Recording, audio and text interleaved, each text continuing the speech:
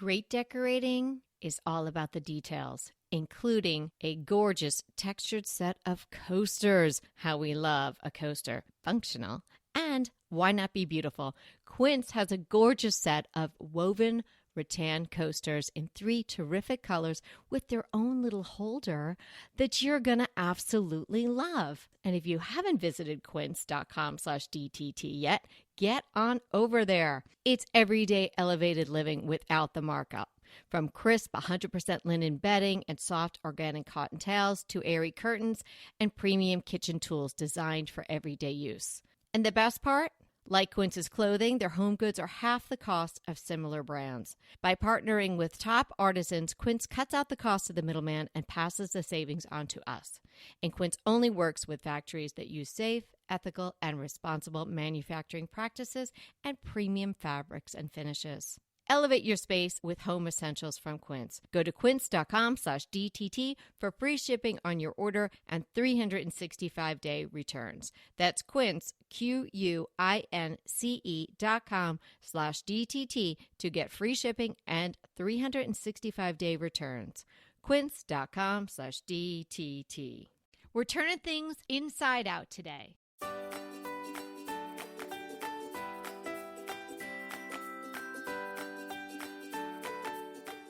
Hey everybody, it's Kelly Wilkness here with Anita Joyce, and this is Decorating Tips and Tricks.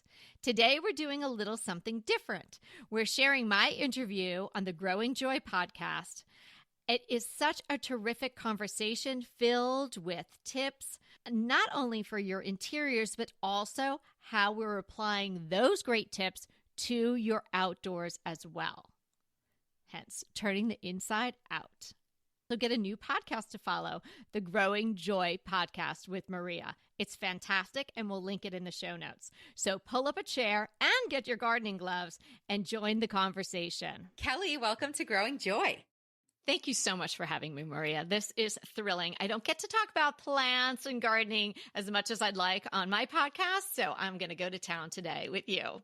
You know, we connected, and I'm so excited to have this conversation because you're an interior designer, but garden design and interior design has so many similarities. And I'm so excited to noodle around on, the Venn diagram of interior design and garden design.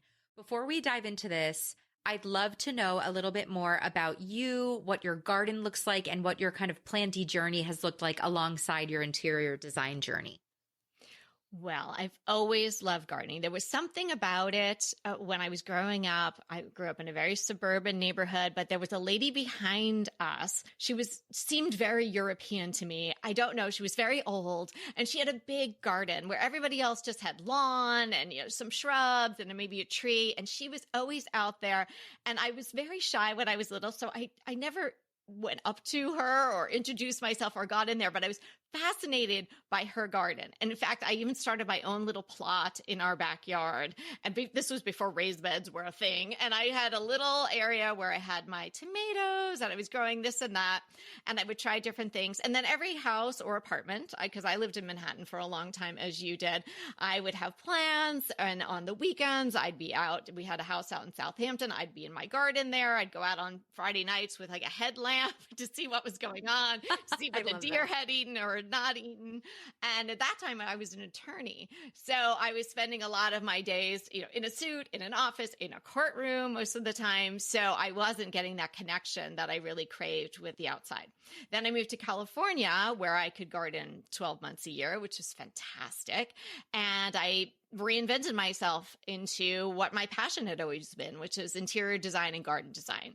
And from there was my blog, and then my book, and then the podcast, and my clients, who are many local, but also many virtual. And I do a lot of virtual interior design as well as garden design. And I love doing the garden design because I get to share all the things that I've learned and try different things out in other people's gardens. 'Cause right now, my garden, it is an all white garden, which I love doing. Really? Yeah, I love the control of it, working within the limitations of that monochromatic look and also integrating a lot of variegated plants to really bring it to life. But I decided that that was the right look for this house. So I love doing other people's gardens where I'm doing lots of color. That is so cool. So what gave you the inspiration to do an all-white garden? Our current home is Victorian from 1886. So it's pretty fanciful.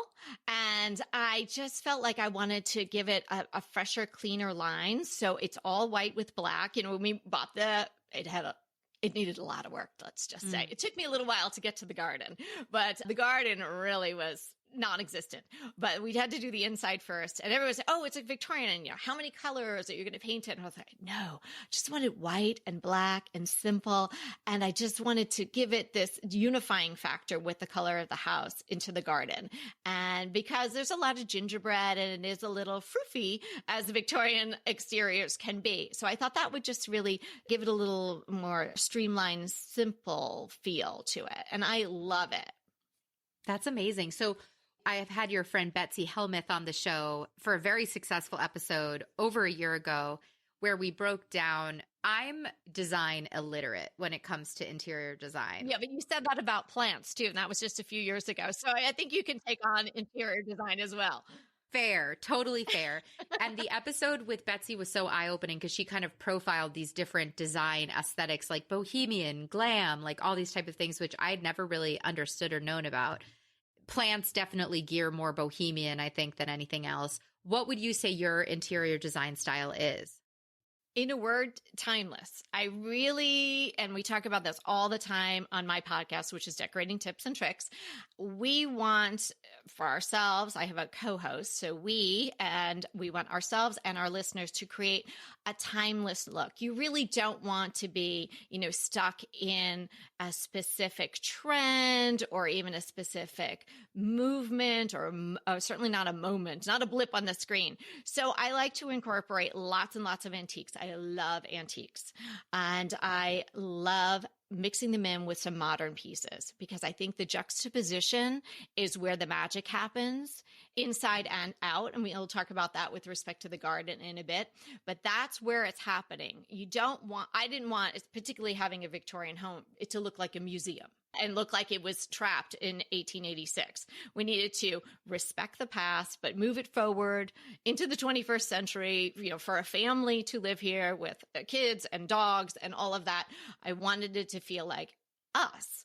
And so I have some very modern pieces sitting next to some very old traditional brown type furniture and lots of patina mixed with shiny stuff. That's what I love. So it's more of a collected look. And when I say timeless, it's as if you really couldn't say, oh, they did that in, 2018 when modern farmhouse was all the rage. Yeah, so we always encourage our listeners to make it not only their own, but incorporate a lot of different styles because they will work together and make each other better. How do you feel about taking an antique and then actually modernizing the antique? Like a lot of people I follow on TikTok find these antiques and then paint them teal or swap out the doorknobs. Like, do you like that or you like keeping the antique piece in its originality and then having it next to a modern piece in its originality? The painted furniture thing was really hot for a long time, particularly when I first started my blog, which was My Soulful Home, launched in 2013. So I would say somewhere between 2013 and maybe into 2018, 19, just before the real modern farmhouse thing came on hard, people were painting everything. Shabby chic was very popular then. So I think that that's a certain look and it can really pop in certain decors, but I wouldn't paint all the furniture. I would do that very judiciously. And if you could choose something that has great bones, it can look really great. To do it in a lacquer or something like that to really, putting a shiny coat of paint on something that has very traditional lines can be pretty spectacular. Yeah. Don't do all your furniture like that. Yeah. Fair. Totally fair. It's interesting. So you've been gardening. So when did you start your first plot? 8 or 9 when I first put in my first tomato plants in the backyard. That's amazing. Start 'em young. Oh my gosh, that's incredible. So with interior design, where did you learn your expertise? Like, how did you become an interior designer from being a lawyer? Well, I think I just always had a good eye. People always said, "Oh, you have a really good eye." So I think that there's some innate ability to see something. Anita is my co-host on the podcast, and we always choose that our superpower is being able to see a room and know what's wrong with it or what to do with it or how to make it better. There's just something about spatial relation and whatnot that I was always good at, but I've honed it. Even when I was an attorney, I mean, obviously I was very busy doing that, but this was my passion. So I read everything I could read. I went to designer showcase houses. I would, if there was a sign for a house for sale, I'm in there and I'm seeing what did they do? How would I do it better? I go for a run through the neighborhood and I think, oh, I'd take that fence down or maybe take out those azaleas and put something else in. I'm always thinking about how to improve the home or the landscape of things that I'm seeing. So it was really just a natural progression of my interests. And like you, I started out, it was something that I loved and I felt like I knew a lot about. I did not go to school for interior design, but so many interior designers have not. And I just learned more and more as I went and gained more and more confidence. And when we moved to California, I really wasn't too thrilled about coming here from New York. I thought I'd be going right back. So I did a house over. And people were like, whoa, that looks great. Could you come help me do this? And I was trying to make friends. So I was helping people move furniture around and all this. And I realized when it was then a friend of a friend of a friend that I really had a business here. And because my kids were little at that time, I decided to channel it into a blog and go that route. But I'm a lifelong learner. That's how I feel about the garden too. And that's one of the reasons I love gardening so much is because you can never know it all. I'm so excited to jam on this interior garden design parallels. You and I huddled. I binged some of your YouTube videos. We came up with 9 of your top interior design tips, but then I'm so curious to kind of play on these tips and see how we can apply them to our garden aesthetics. So where shall we begin? What is tip number 1? The interior is interwoven with the exterior. Yeah. So I think about, whether if you're in an apartment, of course, you really can't probably change the facade of your apartment building, but maybe you have a little balcony or a little patio. But if you have a home, whether you're a renter or you're owning the home, take the architecture into consideration. Think about what the existing landscape is, and that should inform some of your decisions for your interiors. They are very interwoven. They shouldn't be thought about as separate things, like this is the outside, this is the inside. So it's nice for the flow of the entire property if it all makes sense together. And it's very soothing to the eye, just like one of my specific tips that we'll get to in a little bit. It's calming if you have this flow. So you could have an overall flow from the inside to the outside. So yes, interiors, exteriors, interwoven in my mind. The best tip that I can share, and everybody can do it so easily, is to take a photo. So whether you're talking about a room or outside, and you say, why do I have to take a photo? I see this every day. I know I don't like this, or I know I do like this, or I know the sun comes in this way. It is amazing when you take a photo of your space, whether it's your living room, your entry, your dining room, wherever, or your backyard, or your front yard, or your patio, or your balcony. You will see things that you do not see when you look at it with your naked eye, because the eye fills in. So your eye will sort of fill in the spaces, and also you kind of get blind to what you're seeing every day a little bit. But you see it in a photo, you're going to be able to say right away, oh, I can see the problem here. Or I know I don't like this. Let me look harder and see why I don't like this. So trust me, and so easy. Grab your phone, take a photo. You're going to see things in that photo that will really help you either decorate the interior or your garden. I love this tip, especially because I think plant parents can be really prone to this. What I realize that taking a photo helps me is seeing the clutter. Like, Yes. I feel like I get really blind to clutter. And then when I take a photo of something, I'm like, oh my God, there's so much stuff on the table. Or especially with plant parents, when we have large plant collections, 50, 100 houseplants, it can get really congested. And when you see a photo and it helps you zoom out for the bigger picture, I think that's super helpful. So take a photo. Simple, free, easy tip that is going to immediately kind of give you the perspective that you need. And other tangential benefits of doing that in your home, you've got a great photo journal, and everybody loves the before and after. So if you are going to make some changes, then you've got the before picture, and then you can enjoy looking at the after. And it's great content for your Instagram. And for the outside, the same way. I have all sorts of garden journals that I've kept, lists of plants that I have tried that have been successful or not successful. Well, add your photos into that too. And you'll be amazed. Or you think, oh, those aren't really growing. Well, maybe look at the photo you took 2 years ago and see how big those shrubs have now gotten, and things like that. So it's helpful in a lot of different ways, but definitely to get a very clear assessment of what that room looks like, take the photo. My next tip for outside or inside is limit your color palette. It's going to work for the pros, and it's going to work for the Sunday afternoon gardener or the Saturday afternoon interior designer, because it's going to limit the universe. It's going to enable you to create this flow through an individual room and also throughout your whole home. Now, if you've got kids and they want pink and blue rooms or purple and green rooms, that's a different story. But if you're talking about the public rooms, pick a limited color palette. 3 colors is great.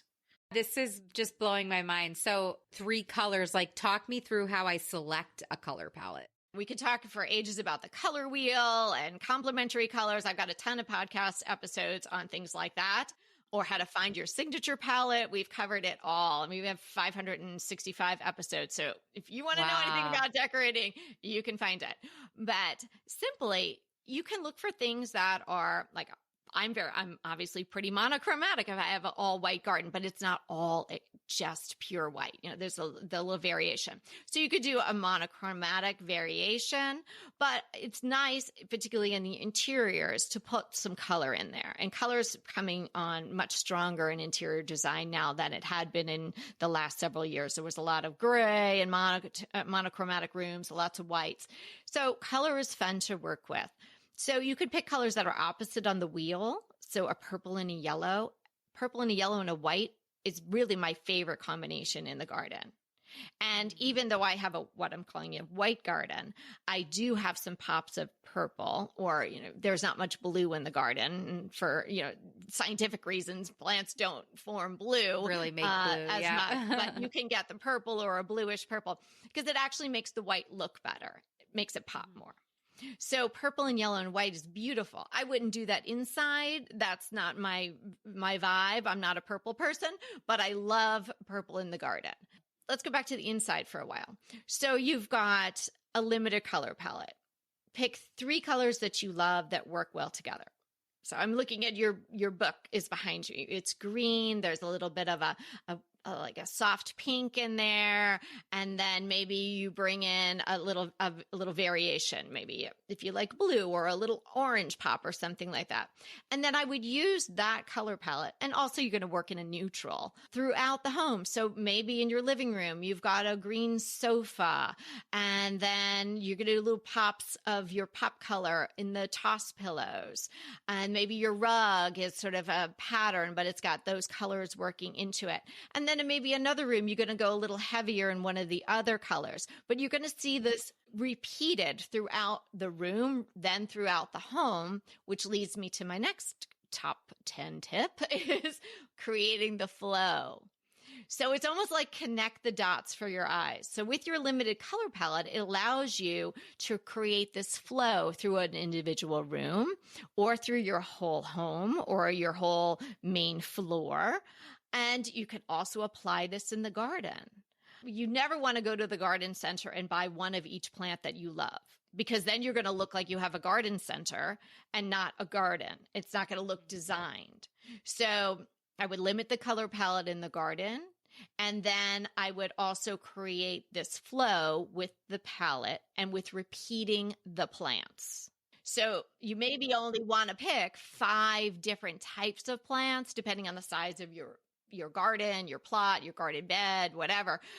If you've got a huge space, obviously that number can increase because you'd have more acreage to put in the plants. But you don't want to have a zillion different types of plants, and you don't want to have a zillion different types of plants in a whole bunch of different colors.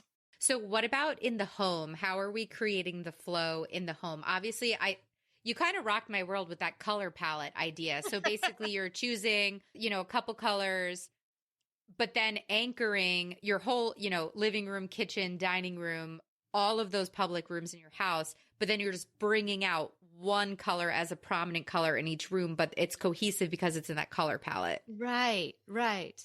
So you can use them to differing degrees or percentages in the different rooms. Each room doesn't have to be set up exactly the same way, or don't do it in, if you're doing 3 colors, don't do it in thirds, mix it up a little bit.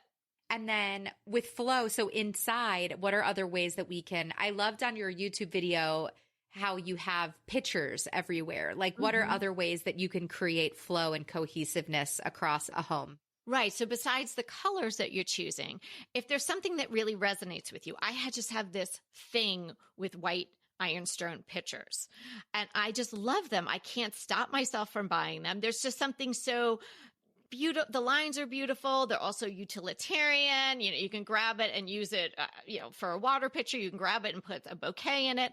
I love them. And I think when you find something that you love and you collect it, if you display it on moss, it has a lot bigger impact.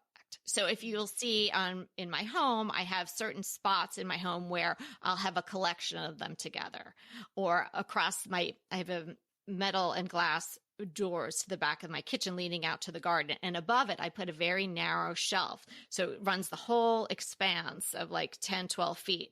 And I have various sizes, little white pitchers in order, in a sense, in size order, up and then back down across there. So it really makes an impact. And then you'll see a white pitcher, maybe clustered with a couple of other ones in the dining room, where I'll go to Trader Joe's and throw a bunch of flowers in there. So you'll see that element repeated over and over again. I love gilded frames. So whether or not they've got a mirror in them, or a picture, or some are even just empty, you'll see them repeat throughout my home. So what happens with your eye when you're doing this repetition is that it's almost like a connect the dots game, and it's very soothing to your eye. If anyone who's listening has ever gone to a showcase home where each room was totally different, like this is the jungle room, and then the bedroom is all animal prints, and then we have the Lily Pulitzer banquette in the kitchen, and it's all pink and green, and it's it's fun, and maybe you're having a fun day looking around, but it's very disjointing. You think, oh, I can appreciate that, but I wouldn't want to live here. So it's nice to live in a home where you've created this flow. It's interesting for my community. Houseplants are probably one of those things that anchor all of the rooms, because most of us have plants across our whole space. Right. And I'm a big proponent of putting all of your plants in the same color planter, or the same family of planter. I used to have all white, and now I have all terracotta. And so that terracotta and that plant, even if they're different plants, different sizes, will kind of anchor you throughout your home, which is really cool. That's exactly what's going on. So that whether it's the terracotta or the white or whatever color container you would pick with drainage, then you're going to have that. And you'll see that where, it could be a completely different style plant, different size, different leaf shape, all of that. But that's going to be the unifying factor. And for people who are really into their plants, and you're going to have a lot of plants, maybe you do the containers in your pop color, so you bring in the limited color palette through the plants as well. Oh, I love that. And then it's making me think in the garden, for the garden design, creating flow. Like, I love hummingbirds so much. Too. I'm a hummingbird lady. Like, I sit and have dinner with the hummingbirds every night in the summer. So my thought is how can you have hummingbird feeders in different areas of the garden? Or I feel like we see a lot of stone accents, or bird baths or stuff like that, throughout the garden, that kind of breaks the garden up, but also offers that repetition, or chairs, or I'm thinking about not just plants in terms of having flow. Your hardscape, your outdoor furniture. I love garden stools. You can pop them around. They can be just decorative, or you can use them as a side table. Just be careful because a lot of them are, some reason, a little domed on the top. Hard to put a wine glass on those. So you have to get a flat one. But this is how much I love hummingbirds, Maria, is in my all white garden, because the hummingbirds are attracted to red. I do have several red hummingbird feeders because, they love it and I love them. So they're there. So that's really the only little pop of red that I have going on in the back. But you can create the flow not only with your plants and outside your flowers or your flowering plants, but you can create it with the hardscape, as you mentioned, or the cushions or some toss pillows that you might put on a lounge chair or something like that. Or your walkway, like having the same type of walkway throughout a garden. Absolutely. And another thing to consider when you're thinking about your color palette and the flow in the garden is succession planting. Because unlike inside, where if you buy a lavender pillow, it's going to stay lavender and not change color or dye.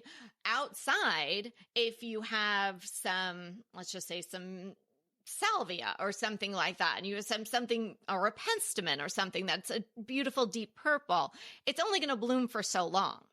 So if you want to keep the color going and keep that palette alive over a longer period of time, obviously depending on where you are geographically and the type of weather you get, you want to think about some succession planting. So you want to say, oh, well, what blooms in my color in the spring, wherever I live? And then what will really take the heat of the summer, wherever I live? That's the same color. And maybe plant those as well. So you've always got something growing that's going to give you the color. I love that. Yeah, in my mom's garden, she has yellow in every season. So the spring would have the yellow tulips, then the black-eyed Susans would come, and then the sunflowers, and then the mums, but there was always pops of yellow coming up in the garden, which beautiful. Oh, I love that. Depending upon your palette or your flow or whatever, succession planting is a really great idea. Hey, we'll be right back with the rest of the show, but keep listening so we can continue bringing you DTT. So have you tried Dupe yet? If you haven't, come on, dupe.com. It is going to be your new shopping best friend. And it's not just for furniture. I know I've shared with you about my coffee table dupe, but you can save money with Dupe on fashion, shoes, jewelry, and more. I just used Dupe to find an absolute perfect twin of this t-shirt that I wanted. It was an $80 t-shirt. I was not going to pay $80 for a t-shirt. Dupe helped me find the twin, like maybe the exact same shirt. Find something you love, and then you can find replicas, twins, and maybe the exact thing for so much less. Give Dupe a try today. It is really so easy to use. You just type dupe.com / before any product URL in your browser, and voila, it instantly finds you less expensive alternatives. They even have an app and a browser extension you can download. No account is required. No sign up is required. It is completely free. I know, can you believe it? But it is completely free to use. Stop wasting money on brand names and start saving with dupe.com today. All right, next tip. Think about the rule of threes as it pertains to inside and outside.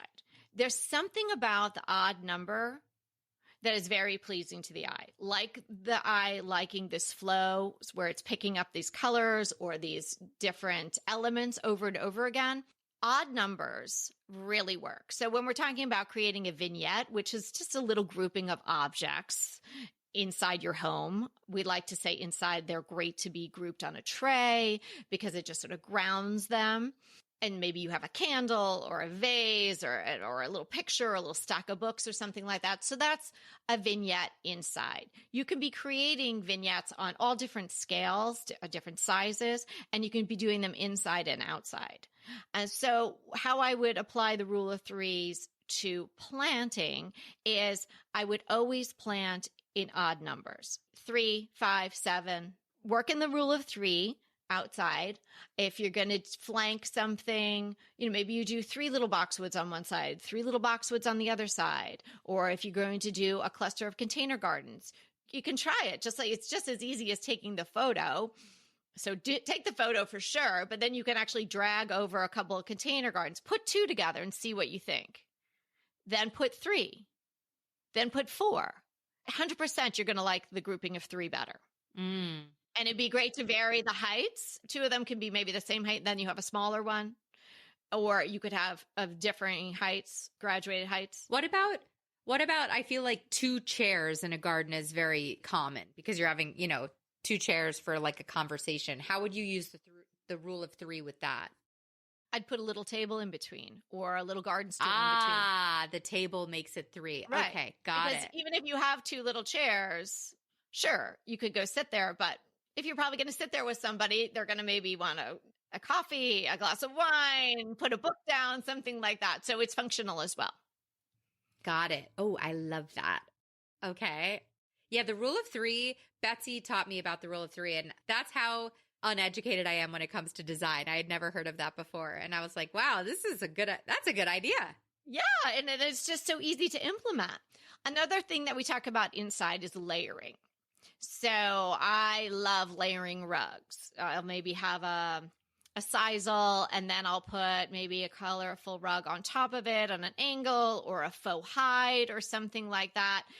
It just adds texture, comfort, that little designer element that you wouldn't get with just one rug. Same thing with window treatments. Maybe you have some natural woven blinds or shades, and then you flank it with some drapery panels.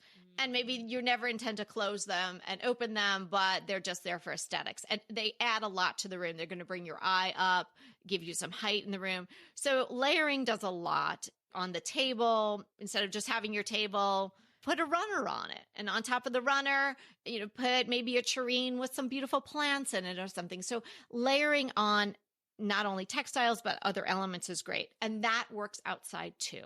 So if you have the ability to have a garden bed, make it a little deeper. So have it where you've got different heights of plants. You've got the tall ones in the back. Maybe you've got your mom's black-eyed Susans in the back. And then maybe you're putting something lower in the front. And then you're putting a little ground cover or a little annual color right in the front row. So you can see what's going on in the back, and it has this fullness to it.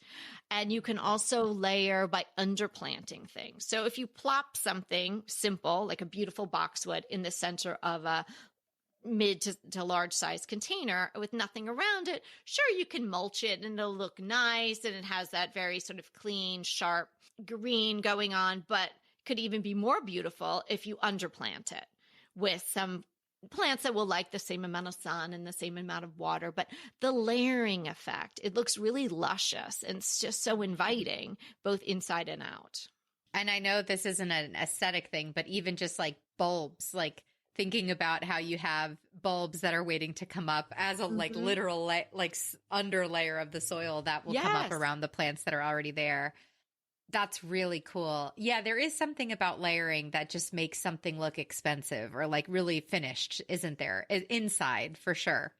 Absolutely. That's exactly what it is. It's like that you took that extra step, that extra moment to just really put the icing on the cake. And that's what I feel like happens with the layering, the rugs and things like that. People don't think about doing that. And then once you do it, it's so easy. I mean, obviously you have to buy another rug or whatnot. It really is going to it's going to give you a lot more bang for your buck in the look than you would expect. So good. Balance is something that people really struggle with, balance and scale. You don't want your room to be super heavy on one side. You have a big sofa that goes to the ground. It has big rounded arms on one side. And on the other side, you have these two little wooden chairs. That's not going to be in balance. Or you have a giant TV entertainment unit. And then on the other side, you have a little coffee table with legs and maybe a small slipper chair. That's not going to balance out. So you want your rooms to balance, and you want the items in the room, whether it's furniture or art or plants, to be in scale. I have a client who I absolutely love, and we've done such great work inside and outside. I tell her, we got to get really big plants. And she said, I love going to the nursery. I'll get the plants. And every time she comes back, she comes with this size, and then maybe this size. And I'm talking this size, and I'm talking this size. Inch, yes, yeah. I want an 8-foot fiddly fig to balance out per room. So we keep trying, but it has to be something that is going to work with what's going on. If you've got small house plants in smaller size pots, you don't want to put them on the ground or low down if your furniture is big or if the room is big. It's going to look like you put them there and they're actually supposed to go somewhere else and you forgot to come pick them up and move them. They're just not going to look right. And then the same thing outside, because I like to think about my garden, my whole outside space, the same way I would think about it as inside space. So you want the balance to be going on there. Some people have outdoor kitchens and things like that. If you've got that going on one side and then you've got nothing going on the other side, maybe just some lawn or mulched area or something, maybe think about a specimen tree. Maybe think about putting some hedging in, thinking about go vertical. There are so many things that you can do vertically in the garden. And sometimes people don't think about going up. They think about just planting something, in the ground and having it sort of be, knee high or whatnot. So there's a lot of ways you can balance it out. The difference between balance and scale, is balance more of like a horizontal and scale more of a like vertical bigger?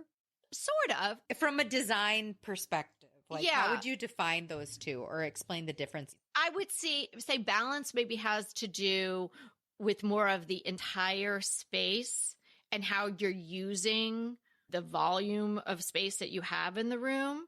Literally, is everything on one side? Is all the furniture pushed up against one wall and there's nothing going on the other side? So you want to be able to, when you looked around the room, to see similarly sized things and weighted things. And then scale is more about the individual pieces. How do they relate to the space? Do they feel too small? The ceiling is a cathedral ceiling and you have all low mid-century furniture. Maybe that doesn't feel so great. They'd feel better in a room that has 8-foot ceilings. Or you have 8-foot ceilings and you have a gigantic media cabinet and it's scraping the ceiling. That's going to feel overwhelming in the space. And then there's another element that kind of works with all of it, is visual noise. So it sounds kind of like maybe pejorative, but it's not. It's just, what is the visual noise of something? How much attention is it grabbing? So say you had a sofa that was upholstered and it went to the ground and you had pillows on it and it was a very loud pattern. Then you're probably not going to want to couple it with a very busy coffee table or very busy accent chairs near it. Maybe your coffee table then becomes lucite or a very simple metal form. So that has more lower visual noise because the sofa's taking a lot of attention. You just can't have a lot of competing focal points in the room. So that kind of works in with scale and balance too. It makes me think of a garden that I know of where there's an enormous boulder, like a huge rock, and the previous tenants had large plants that almost made the rock look smaller. Like it's taller than me, right? Like a huge rock surrounded by big plants, big perennials, lots of blooms. It's almost dwarfed towards the summer with everything. The new tenants took the big stuff out and have really small plants around this boulder, and the scale is so off and it looks so weird. And so it's made the boulder look egregious. Like it's made the boulder be like, oh my God, that's a big rock right there. Right. That is a rock garden, where before it didn't feel like that, So it is, I think, in the garden too, with scale, like, do you have natural stone? Do you have a really big tree that then you need to kind of counterbalance on the other side? Like you said, with the, outdoor kitchen, or also with houses, like sometimes there's a porch that's only half of the house. You know what I mean? Like whatever you're working with needs to balance out. And I think also with houseplant parents indoors, because we put all of our plants near the windows. I know that in my old apartment in New York City, the balance was totally off because all of my plants were near my southern facing windows. So then I didn't, I had other things going on in the other side of my house. But that's also an interesting thing to think about with your plant collection, and I guess your interior design, but with your plants, to make sure that they're kind of appropriately placed. Yes, I think grouping them, like we talked about those white pictures that I'm obsessed with, when you group things together, they do have a bigger impact. So I would encourage grouping your indoor houseplants. I love the idea of unifying them through the container style or color. That's a great idea. But then instead of putting, if possible, instead of putting every single one of them in front of one window, maybe you do a group of 3 here, a group of 5 here, a group of 7 over there at a different window. And so you've got them going all around the interior, if possible. If you're living in a 1-room apartment in Manhattan and you've got one window, then that's what you're going to be doing. But then maybe you balance the other side. So say you have a window in front of you, that's your only window. Behind you, it's a solid wall. Then maybe you put a big piece of art, or you put a big mirror. Mirrors do an amazing job in a room. It's not just for checking yourself out. It's to bounce the light around. And I could see in a situation like that, where if you had all these beautiful houseplants enjoying the sunshine in front of the window, and opposite it, you put a very large mirror, it's going to not only bounce the light, but it's going to reflect that greenery. That's a great idea. We didn't include this in your list of tips, but in one of your YouTube videos I was watching, you suggested to have mirrors throughout a space to reflect light, to kind of amplify a room. And you don't even need, like, one of the mirrors that you used in an example had patina over it. Like, you wouldn't even be able to see your reflection, but to just have bouncing the light around the room. It does wonders. Yeah, really cool. And I guess in the garden, that's water features, right? Like, water is going to reflect light. And I'm a huge fan of a bird bath or a little pond or some sort of little running stream or something. All right, we've got more tips, right? Yes, we do. Okay, so we did balance, we did layers. We have the touch of black is something that is so critical inside, and people I was like, oh, I don't like black, or that doesn't go with my palette, or I'm not sure. But wow, we have gotten so many emails over the years where people tried it and they're like, I can't believe what a difference this made. And it can be very small. It can be a little side table, like you were asking earlier about painting furniture. Maybe you find something at a yard sale or a thrift store or something, and it's got great bones, but you don't love the beat up brownness of it. Spray painted. I love matte black spray paint. I mean, seriously, like, I went through a stage where if somebody was standing still, I was going to spray paint them. I was so into it because it's magic in a can. So you could spray paint something you already have black, but it does do something to a room. It just kind of is a little sophistication, and it makes other things look better because they're juxtaposed with the black. Even if your palette has no black in it at all, trust me, a little black is going to not only do those two things, but it's also going to ground the space a little bit. Now, black in the garden is hard. Like, there were black irises. There's a few black things here and there, but I did have the most darling little black pansies last year. But you're not going to find too many black plants, black mondo grass maybe, but that's super expensive. Could do some black wrought iron chairs. You could do a black garden stool. You could have a black umbrella. You could add it in that way out in the garden. Or trellising. You could have black trellises or like obelisks, Yeah, so it could be like a form of black metal, something like that. I love what umbrellas do as far as protecting you from the sun. And we have a south-facing backyard. It is blazing hot here in Southern California in the summertime. So I have a lot of umbrellas that we pop up of various sizes, but I don't want to really see them, think of them. I just want them to function. So I have them in all black, which goes with the exterior of our home.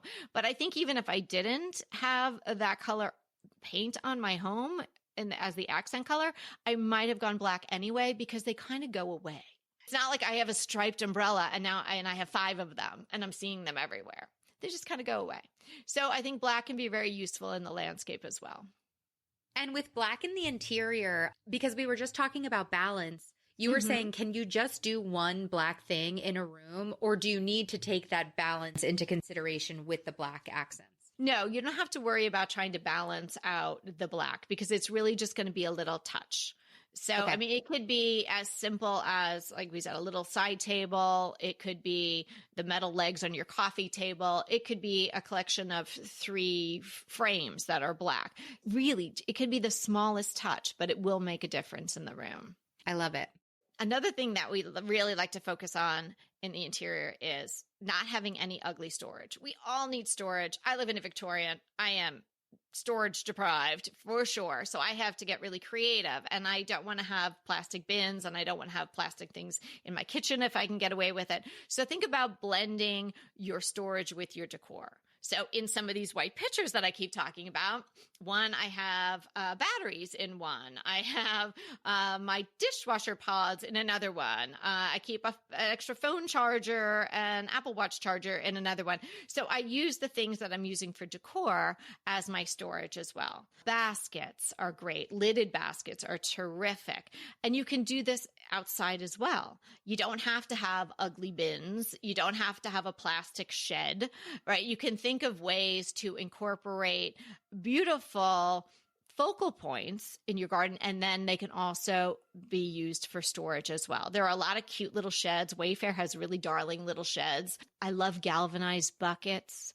The ash can size ones, if you got the trash cans, they all come with lids, but the little ash can size ones are great. You can use them for storage. I have extra gardening gloves and I don't leave my good shovels outside, but I have some shovels that I just leave outside in case I need to grab them right away, and they're in there. You can also use those type of containers for plants. You just drill some holes in the bottom of them. I did something that was pretty interesting. Now, this isn't necessarily a storage thing, but it's using somewhat of a storage item. The large galvanized trash cans, that you can picture them, the silver ones, right? So I purchased those, went to town with my matte black spray paint, drilled holes in the bottom. What I did was took my biggest umbrella, because I hate those plastic bottoms that they come with. Sometimes you fill them with water or stones or something. Yep, It's just very obtrusive. We have one. And ugly. So I put some cement in the bottom. Right. But I did make drainage holes, and then I made holes through the cement. But the tube goes into the cement, so the umbrella is secured. Then I filled it with dirt. Now I'm only putting small plants. I have like some scented geraniums. I had some cyclamen when it was cold around it. So it's a planter. The umbrella is going nowhere. That is the coolest thing I've ever heard. Because those giant planters are so expensive. If you were to go buy that at, I don't know, some garden center, that would be $200. Oh, easily. That is so smart. Oh my gosh. 13-foot umbrella. So it's heavy. So this holds it. I mean, you do have to put some substantial amount of cement in the bottom. And as I said, I did make drainage holes and poked holes through the cement. But what I ultimately had to do after a hard rain was just drill some holes around the side, so the excess water to come out. That would be an extra tip to anybody who wanted to try it. But a bunch of people have tried this after I told them about it, and to great success. That is very cool. Oh my gosh, I love that. Talk about vision. That's incredible. As I said, I have this spray paint thing. I love galvanized things. And I thought, how can I make this work? And so then that's a unifying factor, because around my garden, I have containers, but then I'll pop one of these smaller black ones. Well, I've spray painted them black, and like I have a lavender that's doing so well in there. You can't put, because it's metal, you don't want to put a plant that's going to be very sensitive to the heat. So a heat lover is better suited for a metal container. And then a really good thing to think about inside and outside is leaving some room for negative space. That's hard for houseplant parents, for sure. Yeah, agreed. It's hard for anyone, because you see the empty space and you think, oh, I should put something there. And I've done it myself. I've over decorated. We just did an episode not too long ago about over decorating. I have definitely over decorated where it looked like, is this a store? Or is this where people live? So you don't want to fall prey to that trap of just filling space. It's like, when you're having a conversation, people are uncomfortable with silences, right? So you try to fill it in. And I think that they try to do that in their home and out in the garden too. And particularly out in the garden, you can create this whole Zen thing going on. Like these people you talked about with the rock. If they didn't like the big plants, maybe just leave the rock. Wouldn't that be more Zen than you're saying those plants are too small to be next to that rock, right? And it kind of takes away from the rock. It's not enhancing it, right? So don't just add something. It has to be purposeful. Should have meaning, and obviously should have meaning to you if it's in your home. And if it's out in your garden, it's okay if you have an area that's just still have grass. A lot of people getting rid of their lawns or whatnot, where there's just a little green space, or where you don't have to fill it with something.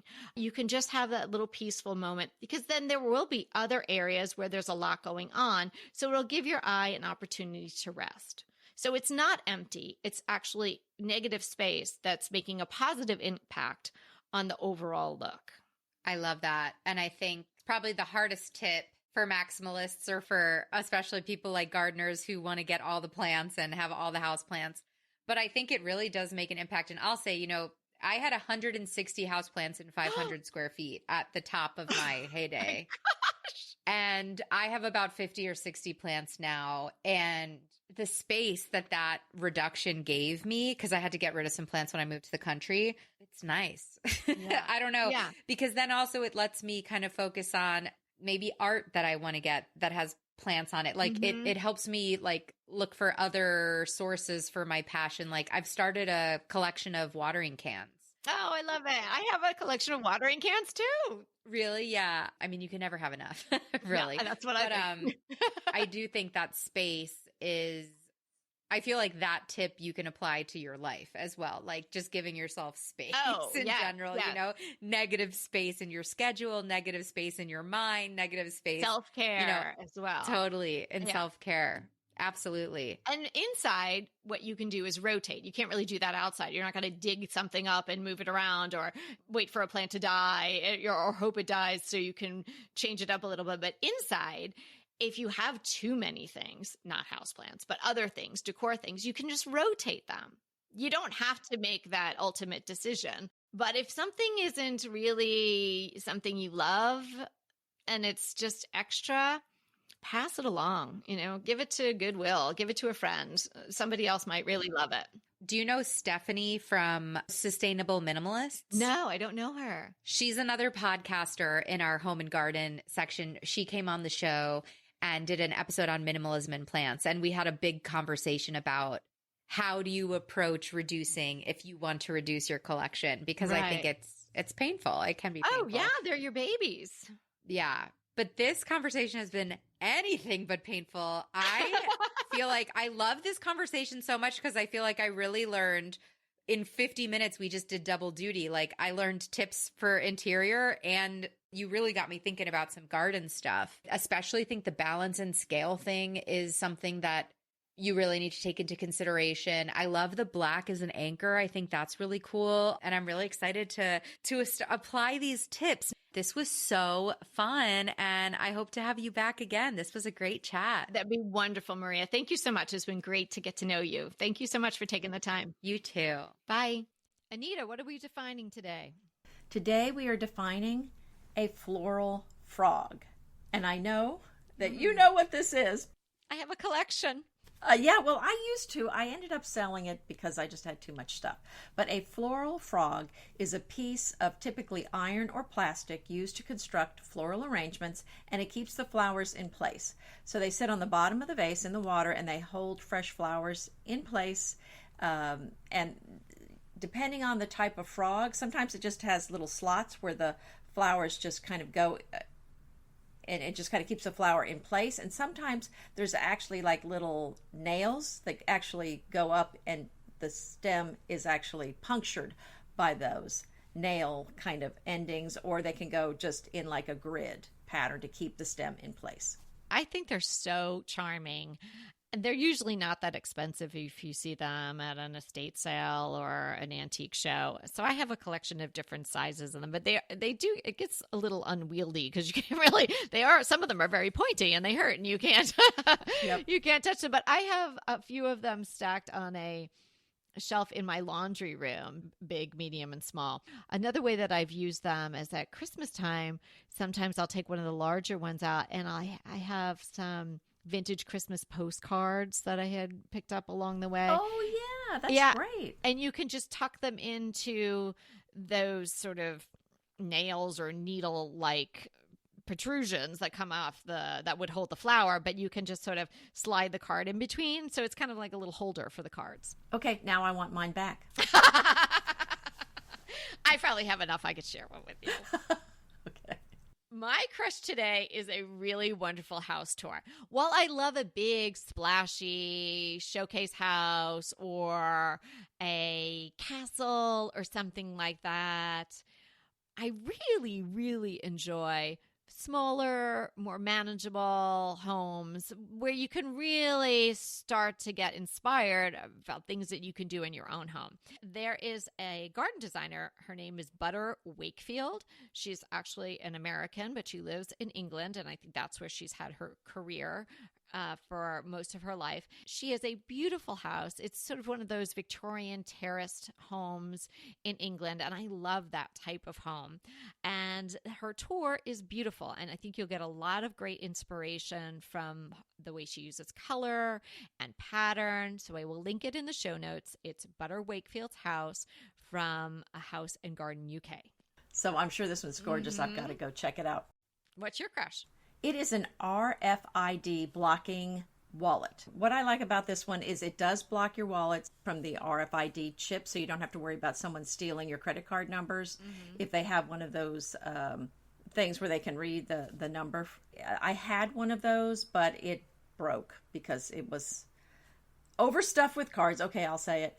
And are you the one that gets tempted when they're like, you could save an extra 10%? No, I don't have card those. Today. I don't have those, but I have I don't know why I have so many cards. I really don't have that. I only have 2 credit cards. No, I think I only have 1 credit card that I use. But anyway, I don't know why there's so many darn cards in there. They're not credit cards, but this thing is really, it's beautiful. It actually kind of reminds me of a Kate Spade piece. I got the hot pink, and it's got lots of slots in there so I can fit everything in there. It snaps, and it was really inexpensive on Amazon. Good one. Well, that's a very practical thing, and it sounds like it's pretty too. Yes, so thanks so much for hanging out with us today. And remember, we're here to inspire you to create a beautiful home. Until next time. Want to talk to us? Well, we really want to talk to you. So let's schedule a design consult. Anita and I are here to give you individualized, actionable advice on how to create the beautiful home you want and deserve. It's so easy to schedule a design consult with us. Simply click the link in the show notes or head to decoratingtipsandtricks.com/consult. When we talk to you on the scheduled time, we will be ready with so many great tips, advice, and yes, tricks. So sign up today for a design consult. We can't wait to talk to you.